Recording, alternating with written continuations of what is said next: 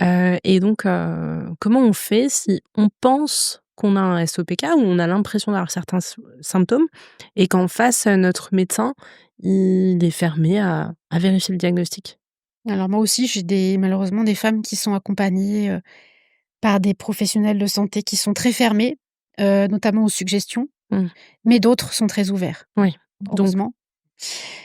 Et donc, si malgré les demandes, les plaintes, ça va toujours pas mieux, on n'a pas l'écoute en face qu'on attend, c'est un peu comme tous les métiers, il faut changer. OK, C'est le mieux, hein, ouais. parce que si et moi j'en ai aussi, hein, où ça bloque, ou même certaines analyses qui sont, toutes simples, même en dehors de ce sujet-là, basiques, où j'entends les femmes me dire: «Le médecin m'a dit que ça ne sert à rien», alors que des publications, je suis même pas dans les SOPK là, hein, je suis notamment dans la vitamine D. Les publications, il y en a des milliers, voire des millions, et on leur dit un médecin leur dit: «Ça ne sert à rien». Là, j'ai envie de dire: «Bon, OK, c'est peut-être bien d'aller voir ailleurs pour avoir un autre Ouais, avis et quelqu'un peut-être qui est plus ouvert». ouais. Voilà. Bon, Donc en tout cas, si j'ai un peu cette intuition que j'ai un SOPK, c'est-à-dire que moi-même, je peux me dire, j'ai quelques symptômes, mon cycle est pas hyper, fixe, j'ai de l'hyperpilosité où je perds beaucoup mes cheveux, par exemple, qui sont des symptômes qui sont quand même, j'ai envie de qualifier ça personnellement de facile à remarquer. Bon, bah, en fait, je suis mon intuition. Je vais, chercher, d'autres médecins pour aller, faire ce diagnostic afin d'avoir, une réponse ferme qui sera peut-être: «Ce n'est pas un SOPK», mais au moins une réponse. voilà, c'est ça. Qu'au moins on sache, qu'on puisse déjà au moins cocher certaines cases qui vont répondre à certaines questions. N'oublions pas aussi qu'on peut, consulter des sages-femmes pour avoir au moins des prescriptions ou alors avoir une échographie, au moins avancer sur ce chemin et pouvoir peut-être avoir des arguments ensuite Mmh. pour dire: «Regardez, voilà, Oui, j'ai fait ces analyses, regardez les résultats. oui. J'ai fait une échographie, regardez mon image d'échographie». Peut-être que là, ça sera enfin le déclencheur pour que le médecin dise: «Bon, OK, voilà, je vais me plonger là-dedans, OK. mais voilà, si la discussion n'est pas possible et que ça n'avance pas, j'ai envie de dire, on peut aller voir ailleurs». Oui. Oui, tout à fait. Mais c'est intéressant ce que tu dis, hein, sur les sages-femmes parce que, arrête-moi si je me trompe, mais les sages-femmes, elles ont pas le droit de diagnostiquer non plus. Non, C'est pas leur normalement, rôle, hein. non. Mais Et par contre, elles peuvent prescrire des ouais, analyses et certaines font des tout à échographies. fait. Il y en a qui sont plus à l'écoute, que le gynéco et qui peuvent faire déjà les C'est ça, analyses, et puis elles-mêmes, recommander aux patientes d'aller, chez le gynéco. c'est ça, avec plus d'éléments du coup, concrets. Tout à fait.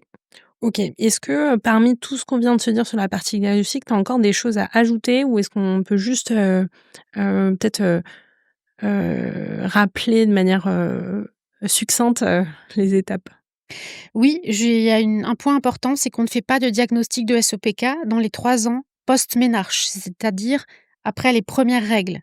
OK, Parce qu'il est normal d'avoir un début de fonctionnement ovarien, parfois un peu chaotique et OK, pas tout de suite parfait dans les premières années. Parce que OK. les ovaires se mettent en route, ils ont un certain temps de latence et donc on observera à l'échographie, si on en fait une, un aspect possiblement polyfolliculaire, mais ça ne sera pas forcément SOPK. Donc, voilà, pas de diagnostic à ce moment-là. C'est hyper sympa de Voilà. le rappeler. C'était pas du tout quelque chose que j'avais en tête évidemment, donc merci. Mais c'est vrai que j'ai déjà eu, vent de personnes qui ont été diagnostiquées trop jeunes, donc ça doit être, dans ce genre de C'est ça. sujet. Donc OK, ben, on note, donc dans les 3 ans qui suivent les règles, on se fait pas diagnostiquer sur, un Voilà. SOPK. On laisse les ovaires tranquilles, commencer à fonctionner normalement.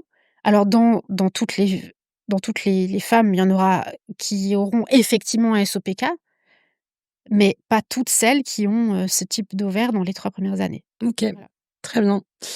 Merci. Du coup, est-ce qu'on peut rappeler succinctement, c'est quoi les, 3, symptômes principaux, du SOPK et du coup du diagnostic? Alors la première, c'est les anomalies du cycle menstruel avec une dysovulation, donc une ovulation non optimale et ce qu'on appelle soit une aménorrhée, donc plus du tout de règles, soit une oligospagnoménorrhée, c'est-à-dire peu de cycles sur l'année, en tout cas moins de 8 cycles par an. OK, Deuxièmement, l'hyperandrogénie, qui peut être clinique, donc dans les symptômes, et ou biologique, dans les analyses. OK. Donc l'un, l'autre ou les deux. et enfin, les ovaires polyfolliculaires à l'échographie et ou un dosage d'AMH. Voilà. OK. Donc si j'ai 2 de ces éléments sur 3, je suis diagnostiquée SOPK. C'est le médecin qui doit effectivement poser le diagnostic.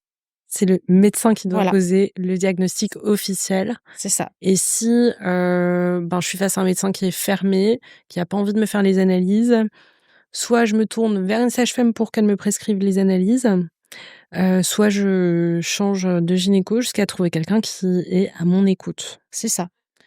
Très bien. Merci beaucoup, Carole, pour ces premiers éléments. On passe à la suite. Merci, avec plaisir.